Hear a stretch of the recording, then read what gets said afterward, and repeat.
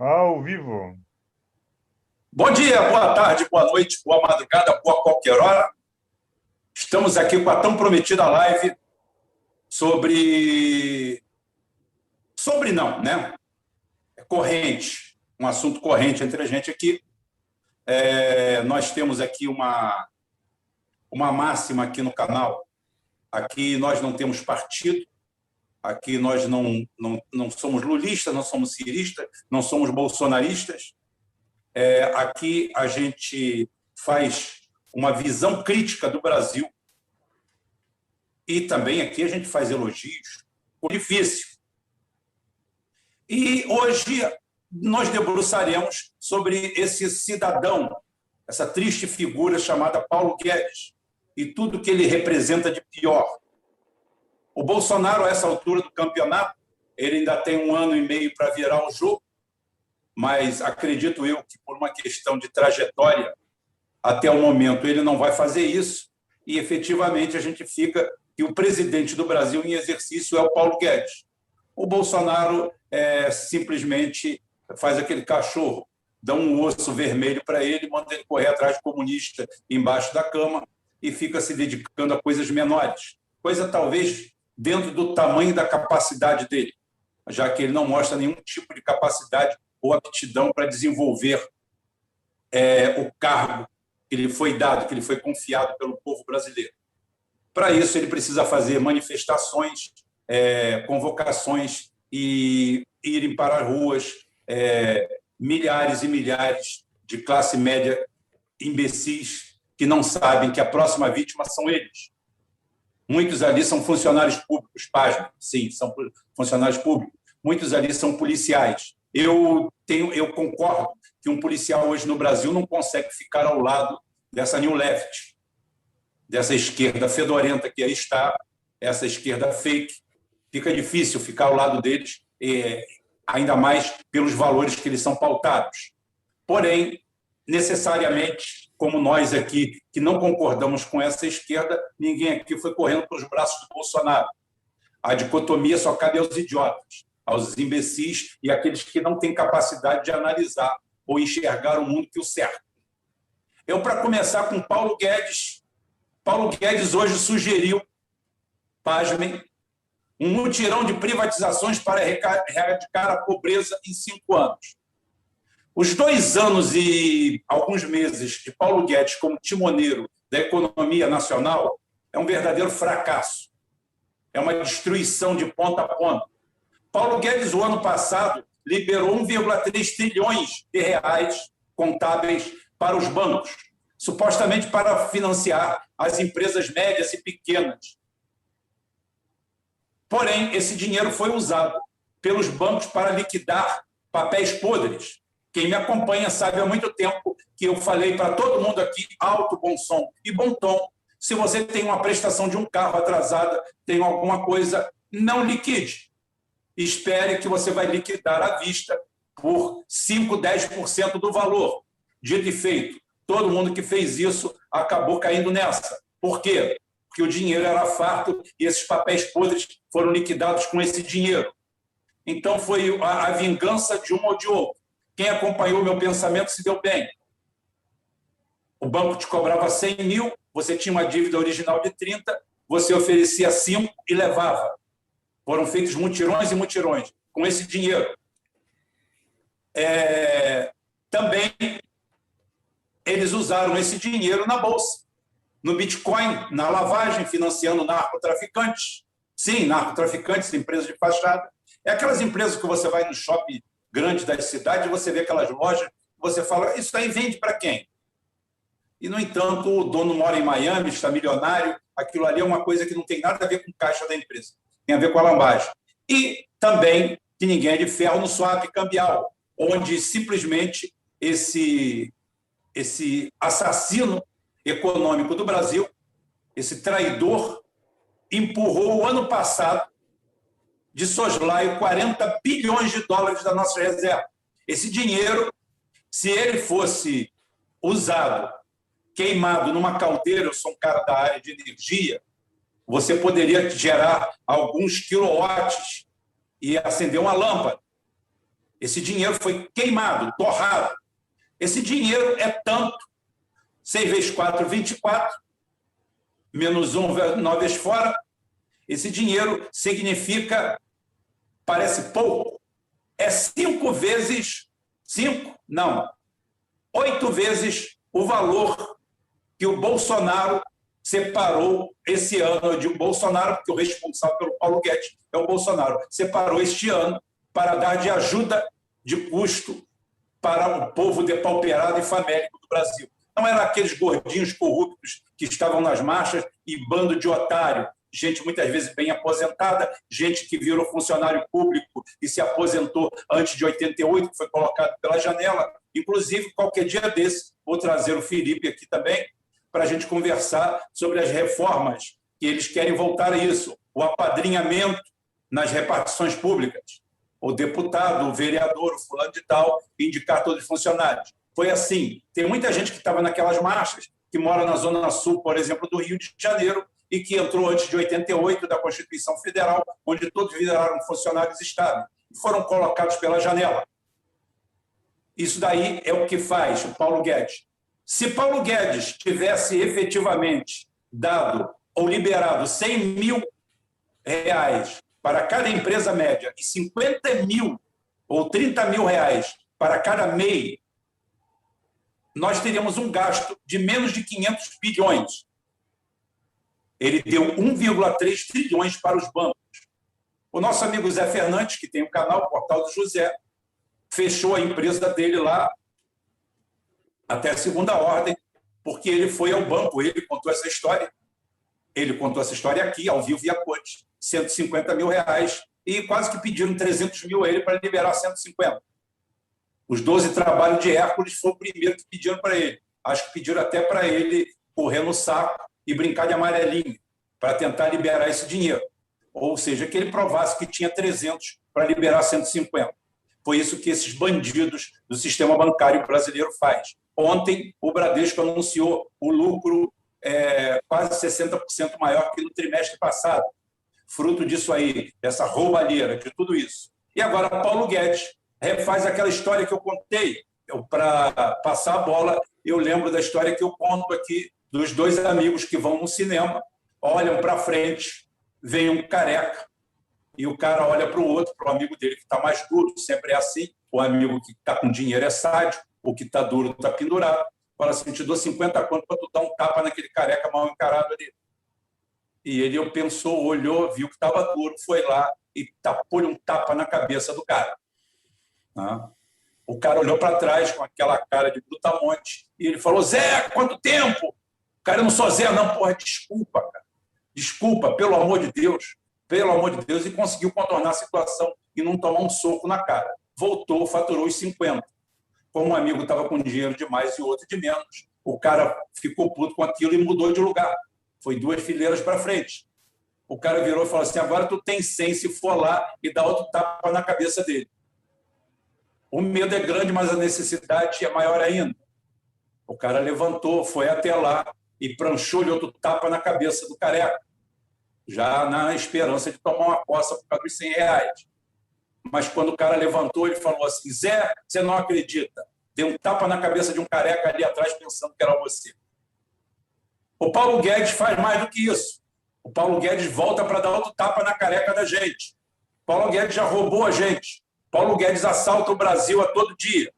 O seu tamborete, que era o BTG Pactual, hoje é o maior banco, o maior conglomerado brasileiro. Está em todas, inclusive na SEDAI. Eu até falei para o Felipe descascar a SEDAI, a roubalheira da SEDAI, onde já tem economistazinho aí metido, a Nil Lefitiano, a esquerdista antenado, super moderno, modernoso, que fica pescando sardinhas canhotas pela rede aí, né, dizendo que a SEDAI foi um exemplo sim de corrupção, um exemplo de safadeza, um exemplo de canalice, um exemplo de como o dinheiro público vai para bolsos privados e o povo fica a ver navios, só lhe resta a compra. Isso é a tragédia que se avizinha, porque a SEDAI é só um treino, a Eletrobras é o jogo principal, isso é o que se chama de preliminar. Isso é quando você ia no Maracanã e antes do jogo tinha 2 times jogando. Às vezes você nem sabia de onde eles eram. Às vezes era o júnior de um time, ou às vezes era um jogo da 2ª divisão, ou 3ª divisão do Rio de Janeiro. E você ficava ali olhando para o campo. Afinal, eram 11 contra 11, e você assistia aquilo até esperar o seu jogo. É exatamente isso. Paulo Guedes, o roubo que ele promove porque o Paulo Guedes é um grande profissional da roubalheira, ele está sempre ativo. Ele foi a Brasília, ele correu atrás. Inclusive, eu queria ter um jurista aqui eu queria que algum advogado, algum jurista tentasse me explicar por que raios o STF se mete num processo de privatização de uma estatal estadual.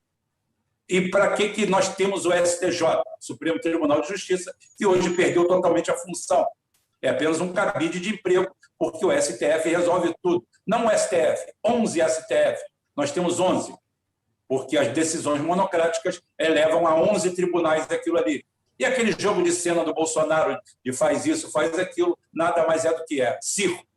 Circo, porque é o papel que lhe cabe.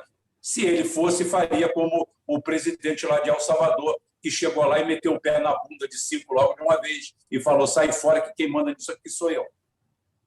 Vou fazer um programa Geoforça sobre esse rapaz, que eu acompanho, já acompanhei o ano passado, elogiei o cara lá, o árabe, ele é sírio-libanês, se não me engano, ele botou quente lá. Se ele está certo ou não, não importa, mas pelo menos atitude, peito.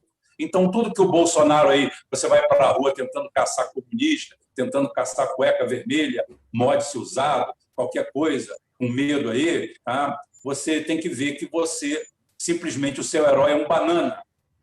O seu herói não é de nada, é frouxo, não tem disposição para nada. A única coisa que ele sabe fazer é chorar e mandar você ir com essa sua cara de babaca para a rua, fantasiado de verde e amarelo, parecendo um periquito desbotado, com aquela cara de imbecil que você tem junto com a sua mulher, orando palavras de ordem, e toda vez que alguém te faz uma pergunta, você não sabe responder. Você balbucia um monte de idiotices, que você é isso. Você é o idiota do idiota. O Bolsonaro é o idiota. E você é um idiota acima dele. O Bolsonaro, se ele é um cara bem intencionado, lhe dou o benefício da dúvida, de ser apenas ignorante, boçal e imbecil, se ele é só isso, esse benefício da dúvida que eu lhe dou, quanto à desonestidade, vou lhe dar esse benefício da dúvida, não vai poupar ele e sua família de uma quente cela e uma cadeia para todos eles, por causa de todos os desmandos que são feitos no Brasil. O Paulo Guedes provavelmente vai estar nos Estados Unidos, na matriz, lá contando o dinheirinho do seu BTG Pactual, dono de todo o Brasil. 88 parece que iniciou o nosso século da vergonha. Aquele que foi inaugurado da Primeira Guerra do Ópio na China, hoje é inaugurado com a Constituição Federal de 88, que, coitada, não tem não tem culpa de tudo. Eu bato muito nela, até porque hoje ela é uma colcha de retalho, tem 200 emendas. E para você que é lulista, isso, você tem que saber que a primeira emenda constitucional do governo do PT se chama EC 040/2003, emenda constitucional 040/2003. Ela simplesmente suprime o artigo 192 da Constituição Federal, que taxava os bancos em 12% de juros ao ano. Hoje, a gente pagando 450%, 500% de juros ao ano nos cartões de crédito, a gente entende por que o Lula fez aquilo. Não foi pensando em você, não foi pensando em mim. Foi pensando em quem cobra 500% de juros ao ano no cartão de crédito. O maior filão a descoberto do Brasil. Mas já falei muito, já falei demais. Agora vou dar a palavra para o nosso ilustre convidado, professor Carrasco, que tem muito para falar sobre o assunto, e depois Felipe Quintas. E depois, enquanto isso, eu hei perguntas de vocês e agradecer às pessoas que participam do Superchat e que estão aqui também contribuindo com a presença. Boa noite, professor. Boa noite, Rubén. Boa noite, Felipe. Estamos aquí honrados por el convite y en un tema que yo acho que trasciende el asunto nacional, ¿no? Porque vamos a ubicar el problema. Primero, el proceso de neoliberalismo está entrando en colapso. el discurso del presidente Biden, independientemente de las intenciones hegemonistas de todo el grupo que llegó con Biden, está mostrando abiertamente que los Estados Unidos va a retomar su intervención, la intervención económica del Estado, ¿no? Él sabe que para recuperar capacidad industrial, para recuperar alguna modernización do país, necesita el Estado investir, ¿no? El neoliberalismo en realidad nunca fue la política que se impuso en el sector avanzado, en ningún país. Y cuando se impuso, dio el desastre que dio con la Inglaterra de Margaret Thatcher y los Estados Unidos de Ronald Reagan, ¿no? Reaganomics y el thatcherismo simplemente llevaron a la desindustrialización de los Estados Unidos y de Inglaterra, ¿no? Inglaterra viró una potencia de tercera categoría, es decir, en función de perder la capacidad industrial. Entonces, esa política que fue generalmente una cuestión de exportación, es decir, el neoliberalismo, aliás, el liberalismo económico de Adam Smith, de David Ricardo, el libre comercio, tal, siempre fue una política de exportación. Nunca fue una cuestión, era la política para las colonias. Diviértanse con el libre comercio, mientras no sabemos que el desenvolvimiento industrial, el desenvolvimiento profundo de economía es basado en el proteccionismo. Y eso fue Inglaterra, eso fue los Estados Unidos, eso fue Alemania, eso fue a Francia, eso fue Japón, eso fue Corea, siempre basado en una política de protección de las manufacturas interiores. Entonces, dentro de esa política de exportación, toda la era neoliberal que empieza básicamente después de la crisis de la deuda, ¿no? Y en realidad el gobierno militar va a perder más sustentación en función de la crisis de la deuda, no en función de las, podemos decir, de la onda democrática que venía de los Estados Unidos, aquella agenda de derechos humanos, etcétera. Es decir, la realidad es que hubo un cambio en función del agudizamiento de la crisis internacional, ¿no? En función de la crisis de la deuda que había sido inducida, ¿no? por la política de Paul Volcker en la elevación de tasas de juros en el 78, 79, ¿no? Y que dio la crisis en 82 en México con la moratoria y después rebotó hasta 87 con la moratoria de Bolsonaro, digo, de Funaro, perdón, en el 87. Pero bueno, y esa política de exportación tiene sus propagandistas. Yo conocí muchos en México, conocí algunos en Perú, conocí algunos en Colombia, conocí otros en Argentina. Son la misma corte, son propagandistas. Eso es lo que es Pablo Gledes. Tú trata de buscar un texto académico en el que él explique lo que él está aplicando. No vas a encontrar.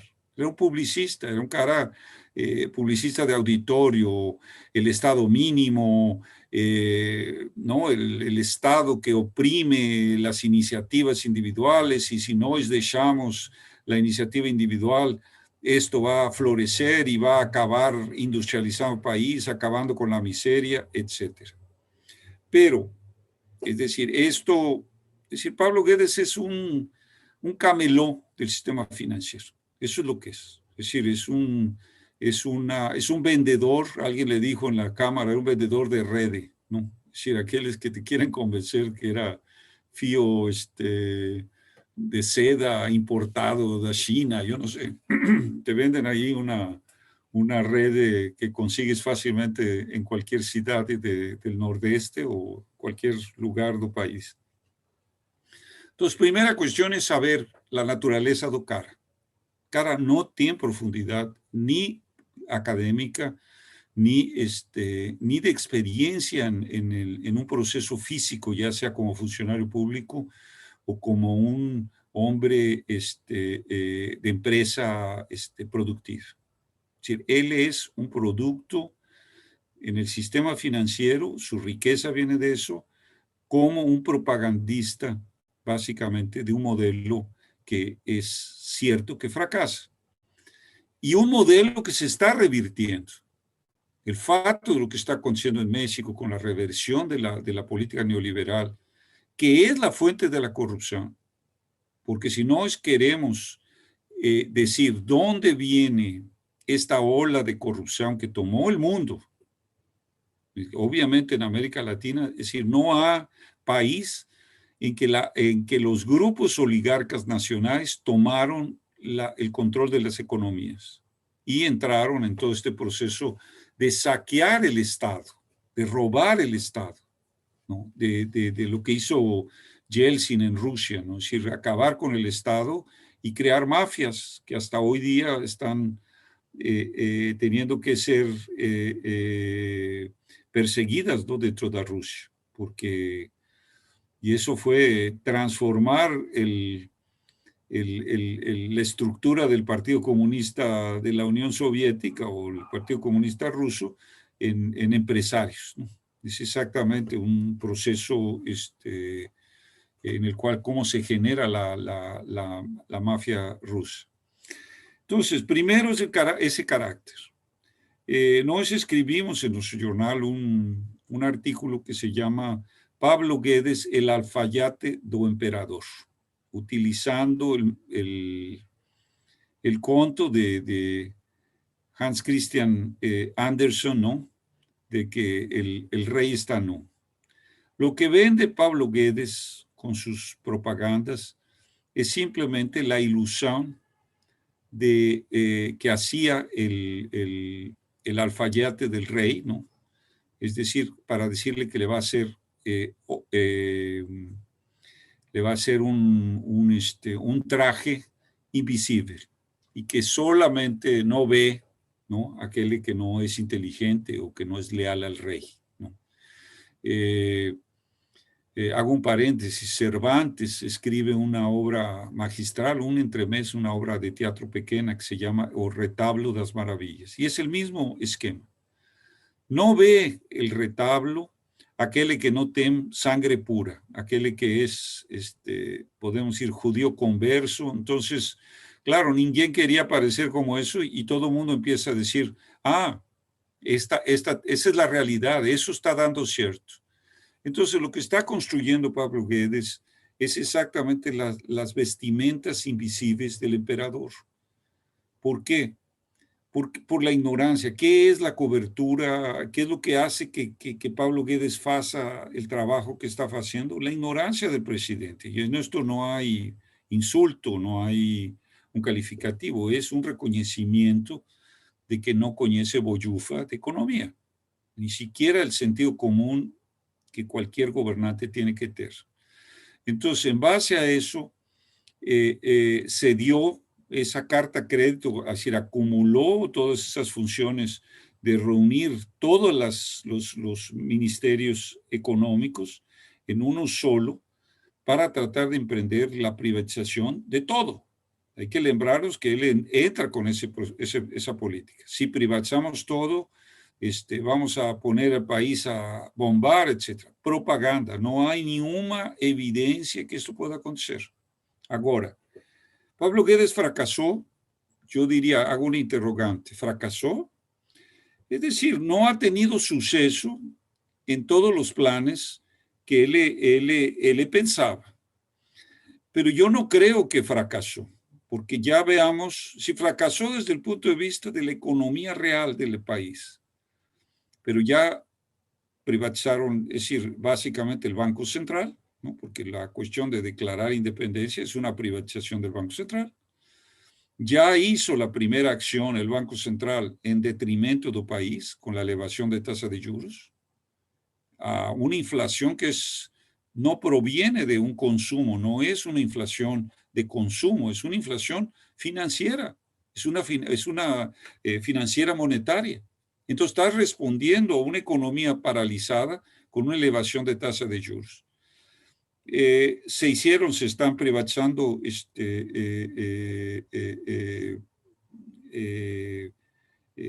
parte de Petrobras, las petroquímicas, ¿no? Están regalando un mercado, ¿no?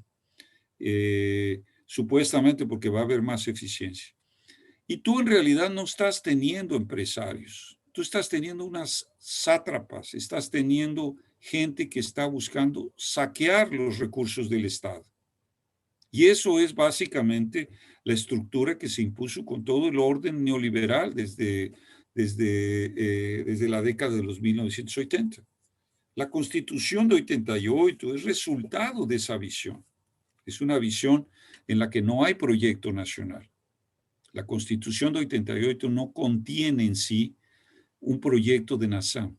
No hay en ningún momento una indicación de que tal. Yo he mencionado esto muchas veces.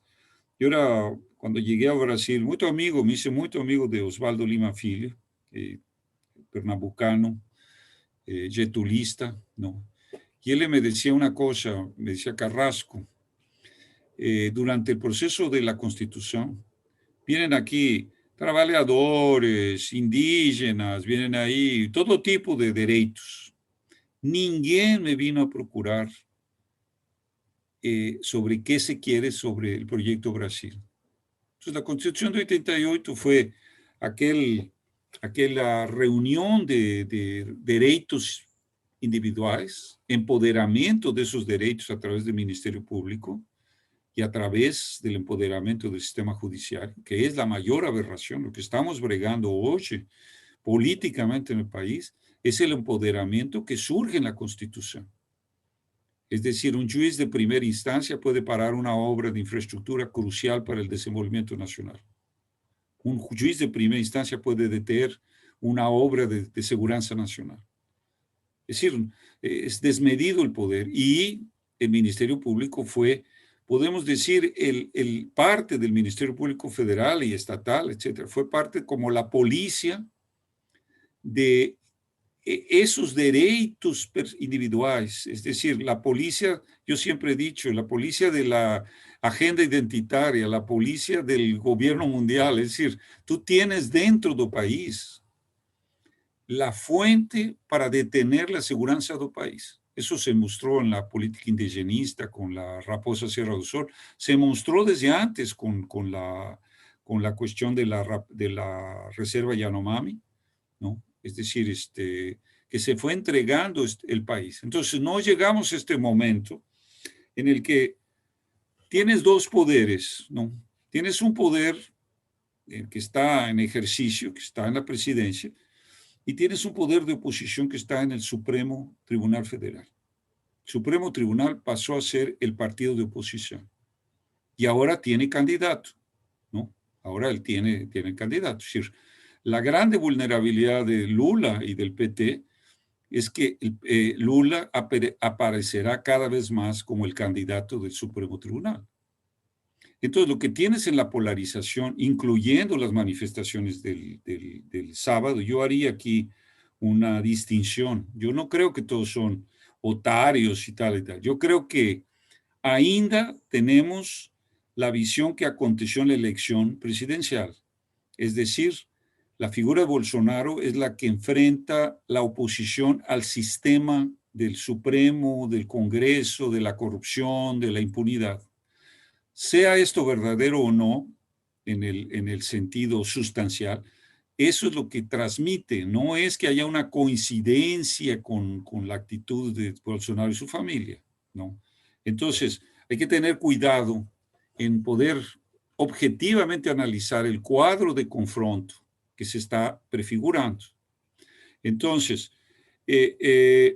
volviendo a esta cuestión, ¿no?, de Pablo Guedes, ahora, tú dices, bueno, si la política de Pablo Guedes fracasó, vamos a decir, yo digo, no fracasó porque se está avanzando, ahí está la privatización de la SEDAI, ahí están avanzando, ¿me entiendes?, imponiendo las políticas. Pero vamos a decir, fracasó en la realidad, perdió parte del equipo, el Congreso lo está cuestionando, la industria, el comercio lo está cuestionando. Si la economía real está cuestionando a Pablo Guedes, desde el punto de vista de la economía real, Pablo Guedes es un fracaso. Ya perdió equipo, tal. obviamente uno puede decir, este es un subvergoña que no reconoce, es decir, que se va a mantener ahí. ¿Por qué se va a mantener? ¿Por qué? ¿Qué está procurando mantener? Él, la gran misión, yo pienso en esta altura ya del campeonato, él va por la Electrobras.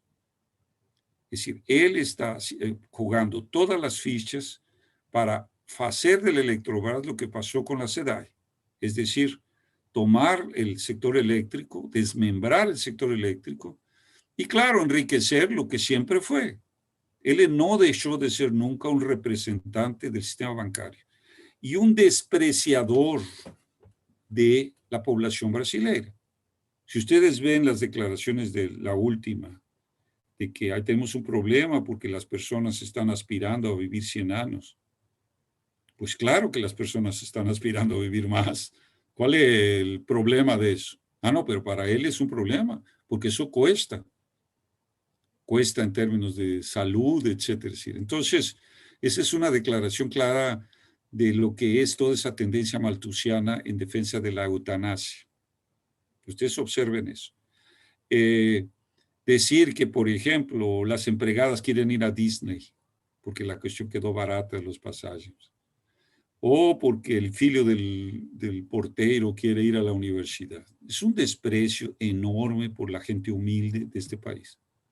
Ahora, si la imprensa hiciese lo mismo que hace con Bolsonaro los filhos, o que hace con los otros ministros que han perseguido, o el Supremo hiciera lo mismo, de llamar a las falas a Pablo Guedes, sería mucho más claro, ¿no?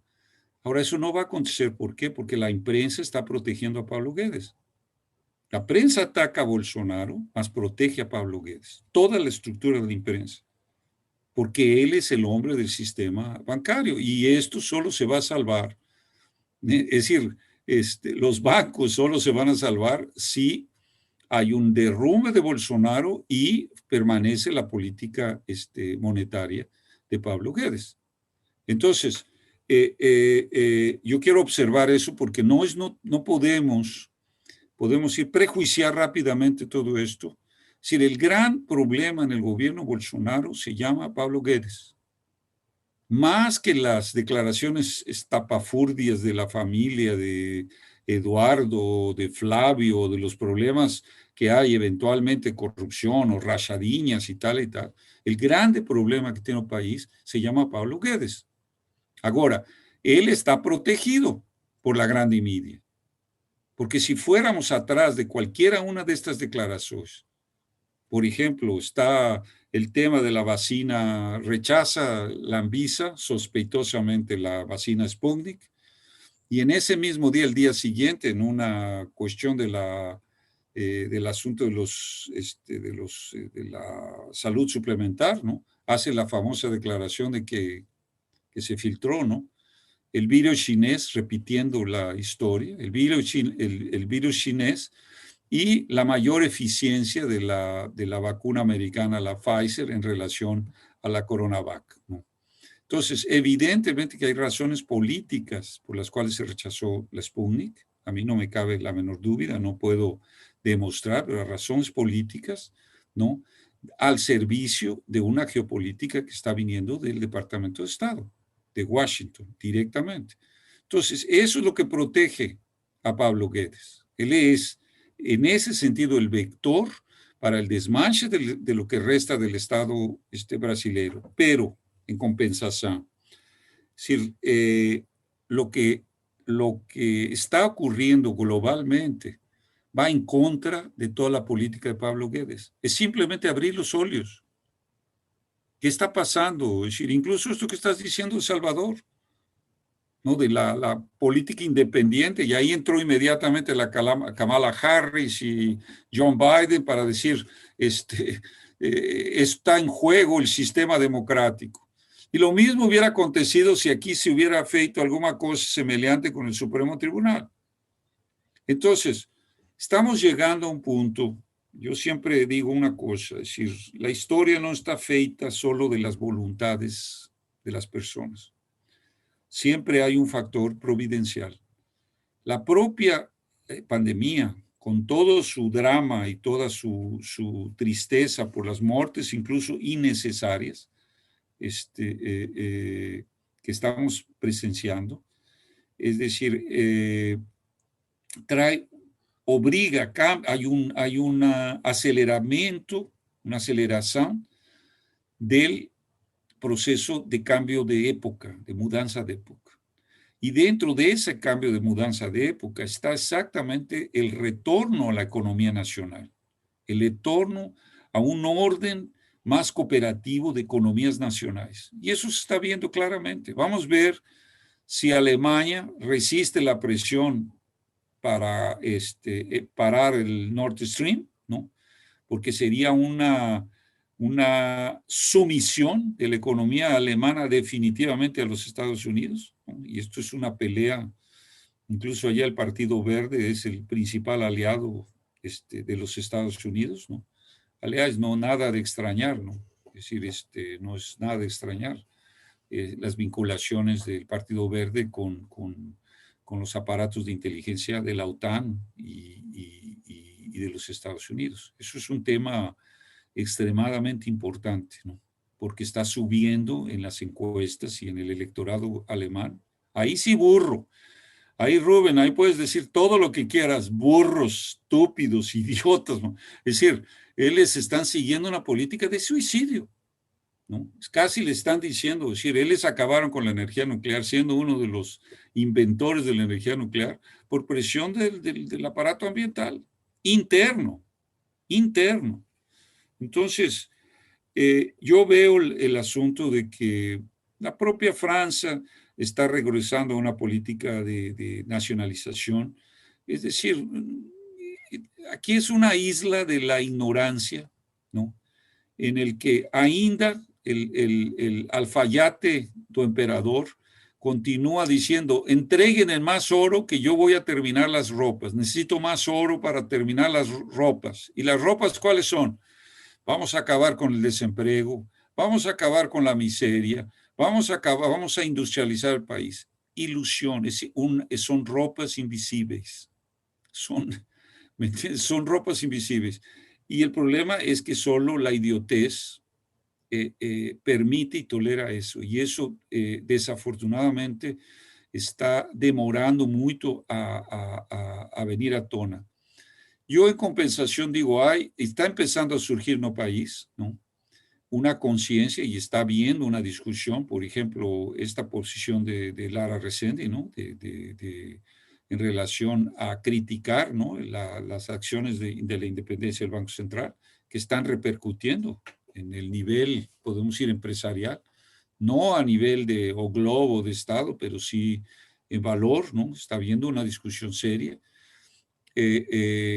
La propia Mónica de Bolle hoy hace una declaración de conversión, está dejando el liberalismo atrás y está apoyando a la política americana de Hamilton, de que tiene que haber proteccionismo, ¿no? Es decir, y Mónica de Bolle era una de las estrellas, ¿no? Incluso del Globo News y tal y tal. Y él está diciendo, estoy en proceso de mudanza profesional. Quiere decir, está abandonando la visión neoliberal que de alguna manera, una forma más inteligente que el resto, ¿no?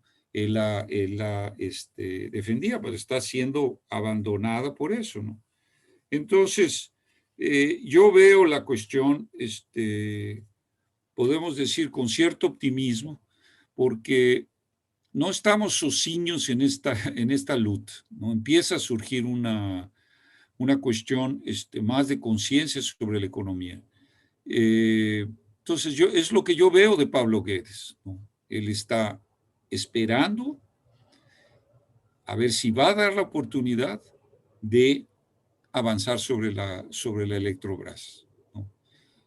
No veo otro sentido, es decir, puede ir comiendo cositas por ahí y tal, pero va sobre el gran objetivo y es donde hay que concentrarse. Por lo tanto, ahorita por lo menos la Petrobras ficó fuera de los ejecutivos del mercado financiero y hay que ver ahora que tome pie el general ahí ¿cuál va a ser la política real? Está demasiado prematuro para poder juzgar cuál va a ser la política en la Petrobras.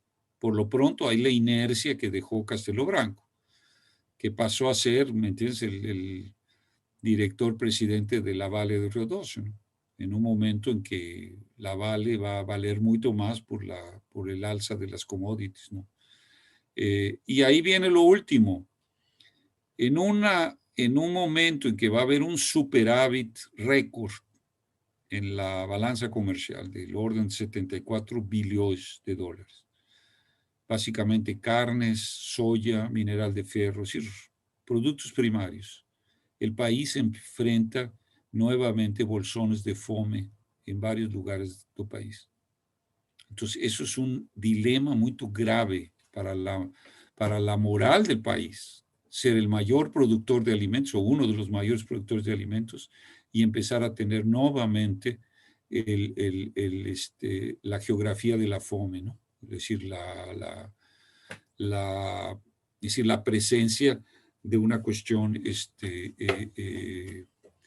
que es intolerable, ¿no?, para un país con la productividad y con la capacidad de producción de alimentos, ¿no? Entonces, ahí está, ¿no?, la realidad real, para ser reiterativos, de la política de Pablo Guedes, ¿no? Entonces, espero que esto, ¿me entiendes?,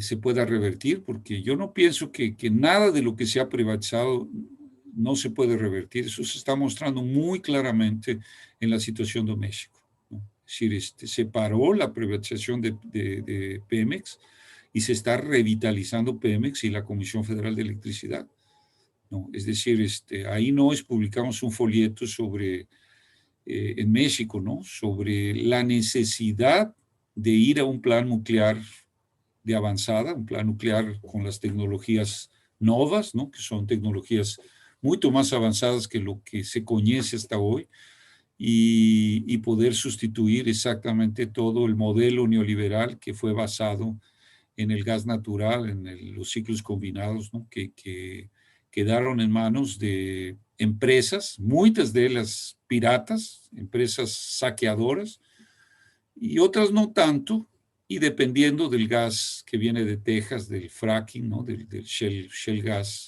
de Texas, que se mostró ahí la vulnerabilidad en la emergencia climática, porque congeló todo y México quedó en varios de sus estados sin abastecimiento de energía eléctrica, ¿no?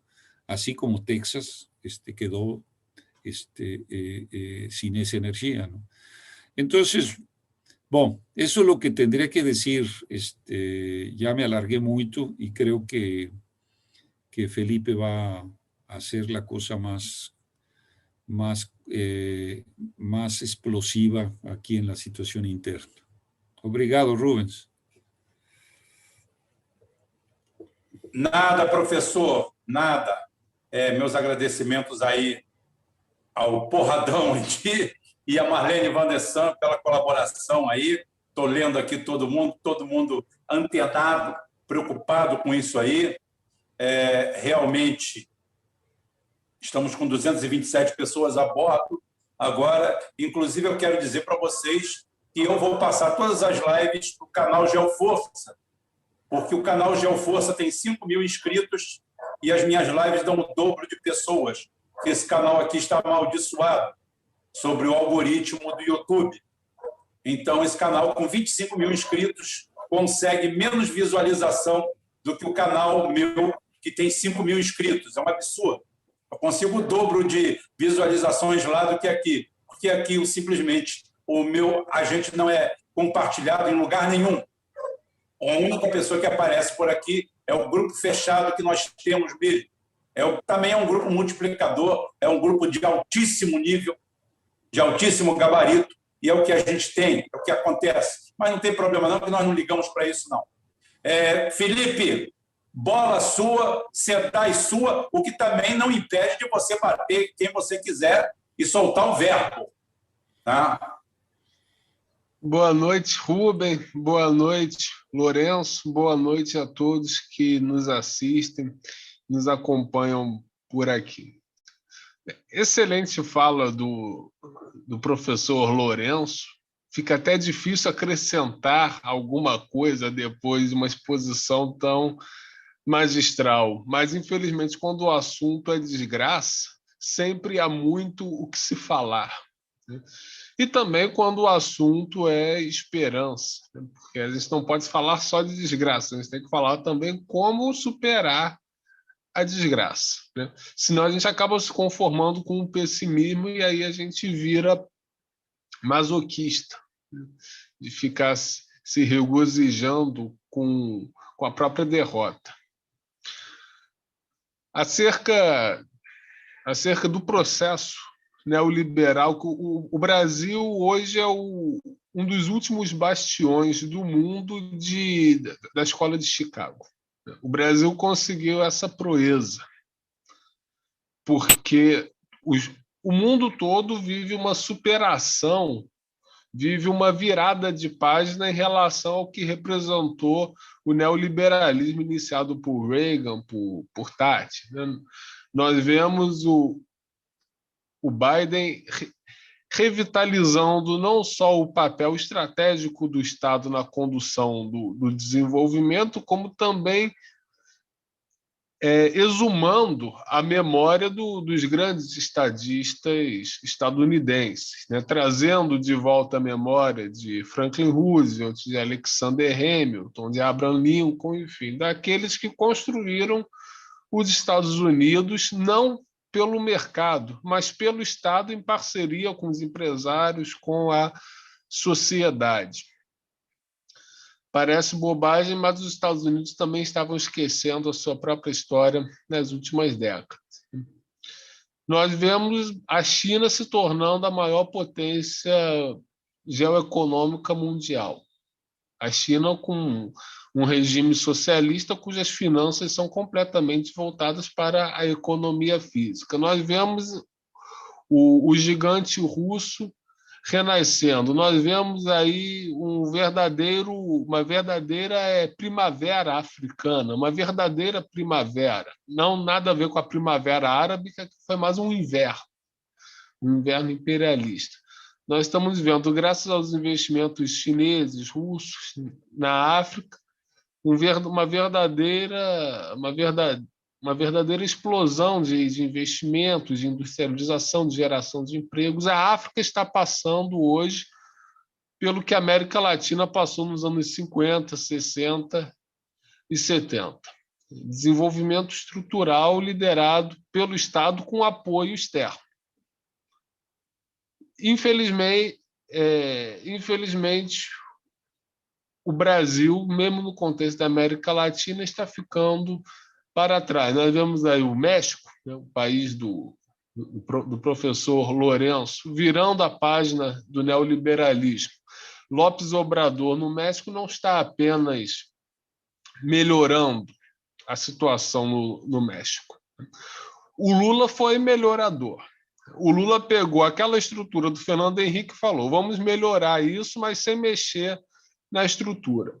O López Obrador não. O López Obrador está mexendo na estrutura, está transformando a estrutura, está resgatando o Estado Nacional Desenvolvimentista mexicano que o PRI havia construído no século anterior, no século XX, que o próprio PRI começou a destruir. Não é à toa que hoje o PRI faz oposição ao governo López Obrador, mas é porque o PRI de hoje, o PRI do Henrique Peña Neto, não tem nada a ver com o PRI do Ávila Camacho, do Miguel Alemã, do Lopes Mateus, do Dias Ordaz, do Luiz Echevarría, enfim, dos grandes presidentes mexicanos que construíram o México após o Cárdenas, mas o Cárdenas não era do PRI. O partido do Cárdenas, quase que era o partido, agora não sei se era o Partido da Revolução Nacional ou o Partido da Revolução Mexicana, né? Não lembro exatamente, porque teve uma ordem, primeiro veio um, depois o outro, depois o PRI. No, él fue de los antecedentes del PRI, es decir, uno de los fundadores, ¿me entiendes? Que Digo, porque era el partido de la revolución y Cárdenas era un general que venía de la revolución. Entonces, el PRI era decir, hubo un antecedente al PRI, en el Sim, cual sim. Cárdenas estava, ¿me entiendes? Exatamente. Mas até onde eu estudei sobre o México, foi essa estrutura partidária aí que formou depois o PRI. Mas acho que o PRI veio em 46, se eu não me engano. Anos 40. Né? Enfim, então, toda essa estrutura do México, que foi mais ou menos a era Vargas, mexicana, toda essa estrutura foi desmontada nos anos 80, 90, 2000, 2010, e agora López Obrador está retomando isso com bastante ousadia, né? Mas provando que é possível fazer, né? Sofrendo sabotagem sempre, né? Mas está fazendo, mas está tomando a iniciativa, diferente do PT no Brasil, que não tomou iniciativa nenhuma nesse sentido. Ele herdou aquela estrutura do Fernando Henrique, falou, vamos melhorar. De fato, melhorou. Né? Não vamos aqui também só tacar pedra no PT. O PT, de fato, melhorou, mas manteve uma estrutura degradada, uma estrutura frágil e que ruiria, como ruiu. Ruiu, inclusive, sob a ação dos mecanismos criados pela Constituição de 88, que o professor Lourenço se referiu, à judicialização da política, a hipertrofia do Ministério Público, em contraposição às demandas de desenvolvimento do país. E hoje criou-se um consenso na classe política brasileira em torno da Escola de Chicago. Justamente quando a Escola de Chicago está sendo abandonada em praticamente todo o restante do mundo, ela vira uma doutrina inquestionável no Brasil. Então, o inimigo torna a grande mídia elege como inimigo o Bolsonaro, a figura do Jair Bolsonaro, não é nem tanto o Bolsonaro presidente, é o Jair Bolsonaro, é a pessoa física, Jair Bolsonaro, que é eleita como inimiga. Porque, enfim, pelos vários motivos que nós estamos cansados de saber. Porque não respeita a mulher, porque não respeita o meio ambiente, porque é negacionista, todas essas bobagens. Né? E a política de Paulo Guedes vira um consenso nacional. Até mesmo a política do Ernesto Araújo virou um consenso nacional. Outra hora estava vendo ali um tweet da Jandira Fegali chamando o Biden de Deus. Ou seja, toda aquela subserviência aos Estados Unidos que o Ernesto Araújo inaugurou na diplomacia brasileira, agora está sendo replicada pela oposição em relação ao Biden. Então, a sabugice aos Estados Unidos virou um consenso, a Escola de Chicago virou um consenso, né? O último exemplo da hegemonia da Escola de Chicago no Brasil foi a privatização da SEDAI. A privatização da SEDAI cumpriu todo o ritual da privataria brasileira nos últimos 30 anos. Entregou-se o filé, que era a distribuição, e o Estado continuou com o osso, que é a captação e o tratamento da água. Ou seja, o lucro foi privatizado e o prejuízo é socializado. Aí é claro que a SEDAI daqui por diante se tornará uma empresa deficitária. E, tornando-se deficitária, a qualidade do serviço da água será precarizada, a qualidade da água a ser distribuída para a população será precarizado, enquanto um consórcio de empresas faturarão muito em cima de algo que jamais deveria ser objeto de lucro, que é a água. Ter lucro em cima de água e esgoto é um escárnio. Água e esgoto não são para dar lucro, né? Uma vassoura, sim, é para dar lucro. Uma câmera de computador, sim, é para dar lucro, mas água, não. Água e esgoto. Olha, que coisa mais indigna. Mas Felipe, não te cortando, apenas botando fermento no seu bolo, ainda se justificaria que houvesse lucro privado, por exemplo, que Itaboraí é minha cidade, onde 70% da população não é atendida por esgoto e pelo menos 40% não é atendida por água corrente, que uma empresa privada viesse aqui e instalasse essa malha inteira, fizesse todas as obras, colocasse os canos, distribuísse, fizesse os esgotos e cobrasse por isso. Não é o ideal, mas se justificaria. Porém, o modelo feito aqui no Brasil, elogiado pelo Paulo Gala, o grande economista, que hoje diz que estava posando com um economista que estava com a Maserati de $1 milhão ou de reais, defendendo a privatização da SEDAI. É muito fácil, esses abutres, né? Então, é uma maravilha. Então, você vê exatamente isso. O grande problema é aquilo que eu falei no começo, que eu não aguentei me coçando e falei para vocês. Na realidade, isso daqui vai ser um tema que eu vou passar para o professor daqui a pouquinho, na segunda e última rodada nossa aqui, é que hoje no Brasil a gente não pode nem chamar isso aqui de neoliberalismo. Nós somos um upgrade do neoliberalismo. O neoliberalismo deu na Europa o Eurotúnel, onde empresas privadas se juntaram e falaram, vamos fazer um túnel. E o Estado francês e inglês viraram e falaram assim, ótimo, você começa aqui e termina lá.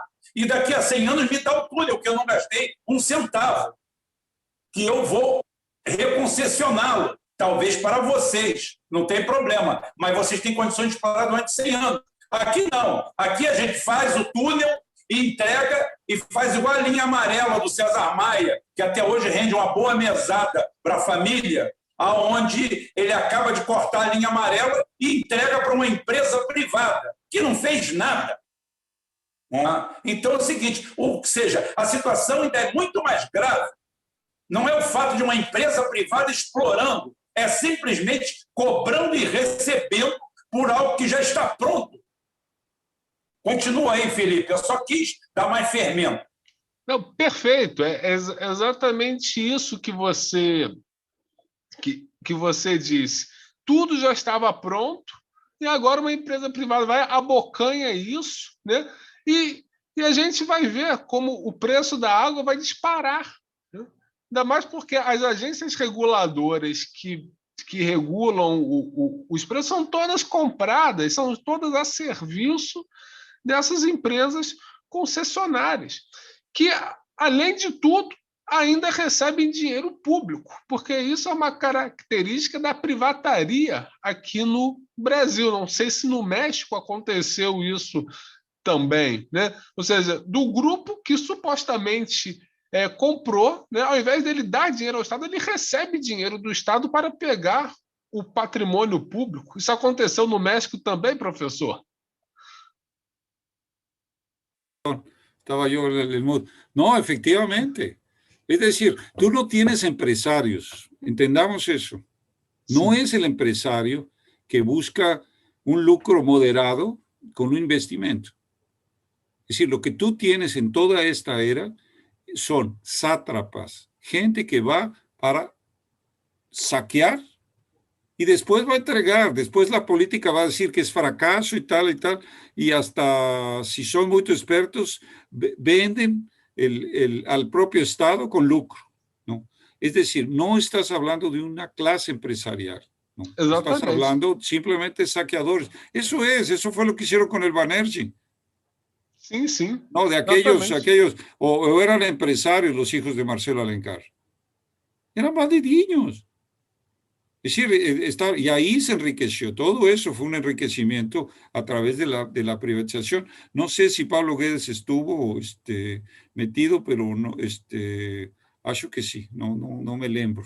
Mas, por lo menos el grupo que él tenía, a lo mejor estuvo metido en eso, ¿no? Exatamente. O Rio de Janeiro, inclusive, acabou depois do governo Marcelo Alencar porque ele privou o Estado do Rio dos instrumentos necessários para manter o seu equilíbrio econômico e fazer os investimentos necessários. Entregou tudo na bacia das almas para pseudo-empresários, porque eles não são empresários de verdade. Empresário de verdade é aquele que investe capital numa atividade produtiva, que gera empregos, que gera riqueza, que agrega algo ao produto líquido da sociedade, né? Que constrói alguma coisa. Né? Essa turma aí que arremata o patrimônio público, isso não é empresário porque eles não investem em nada, eles não empreendem nada, eles são corsários. Corsários do sistema financeiro para pegar aquilo que eles não produziram e ganhar em cima daquilo de modo absolutamente ilegítimo e às custas da sociedade. Então, eles nunca vão fazer uma malha de esgoto em Itaboraí, porque para fazer uma malha de esgoto em Itaboraí tem que investir, tem que pegar capital e colocar lá. Eles não estão interessados em pegar capital e transformar aquilo numa utilidade. Né? Não é para isso que eles servem, né? Eles querem pegar tudo pronto para ganhar lucros exorbitantes em cima daquilo que não construíram. Então, e são esses que tomaram de assalto o Estado brasileiro, né, a partir de 1990, mais particularmente, e não saíram mais do comando. E, pelo visto, aqui no Brasil, eu não sei quando é que vão sair, porque, por mais que você tenha um contexto internacional aí de mudança de rumo, mas esse contexto internacional ele só vai se refletir em políticas internas se houver uma correlação interna de forças que viabilize essa mudança. A Revolução de 30, por exemplo, foi ajudada pela crise de 29, mas a crise de 29 não fez a Revolução de 30. Não foi a crise de 29 que colocou Getúlio Vargas no governo. Getúlio Vargas e o grupo em torno dele aproveitaram as circunstâncias e foram lá e fizeram a Revolução de 30. Mas eles estavam lá. Né? E agora, quem é que faria uma nova Revolução de 30 no Brasil? Quem é que faria uma mudança de rumos aqui dentro? Lamentavelmente, não temos. Né? Poderia ser o Lula. Né? Mas quando a gente vê que o Lula está namorando o Marco Lisboa, que é um Paulo Guedes, que é um cópia e cola A única diferença do Marco Lisboa para o Paulo Guedes é que um se chama Marco Lisboa e o outro se chama Paulo Guedes. De resto, não tem mais nenhuma diferença. Quando a gente vê aí que Lula e Bolsonaro, até o momento, são as duas grandes candidaturas que nós temos, porque, bem ou mal, Lula e Bolsonaro são aqueles que representam os interesses e as questões de uma parte da sociedade. É verdade, a maior parte dos brasileiros não fecha nem com Lula nem Bolsonaro. A maior parte dos brasileiros quer uma alternativa a isso. Mas a maior parte dos brasileiros também, esses brasileiros que não se sentem contemplados por Lula e Bolsonaro também não querem nada do que até agora se apresentou como terceira via. Porque se 20% quer Lula, 20% quer Bolsonaro, os 60% não querem Luciano Huck, não querem Ciro Gomes, não querem Danilo Gentili, não querem Joaquim Barbosa, não querem Sérgio Moro, não querem nenhum desses lixos, porque nenhum desses lixos representam, de fato, uma alternativa a Lula e a Bolsonaro. E todos esses lixos aí, eles representam, na verdade, o que o Bolsonaro tem de pior e o que o Lula tem de pior. Né? Porque a população admira no Lula o espírito assistencial, o espírito de ajudar quem está embaixo, de socorrer quem está embaixo. Isso, você tem 20% a 30% da população que admira isso no Lula. Tem outros 20% a 30% da população que admira no Bolsonaro a irreverência em relação às autoridades instituídas e que, no fundo, não tem autoridade nenhuma. Né? É 20% a 30% da população que admira no Bolsonaro esse enfrentamento contra o politicamente correto, o enfrentamento contra contra o STF, contra os togados que, mesmo sem serem eleitos, assumem o poder executivo e legislativo do país, a revelia da vontade popular. E o que Luciano Huck, Sérgio Moro, Joaquim Barbosa, etc. e tal, representam?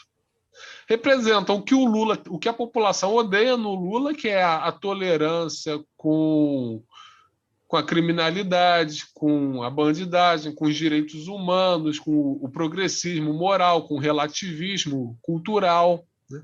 A população abomina isso no Lula, né? E no entorno do Lula.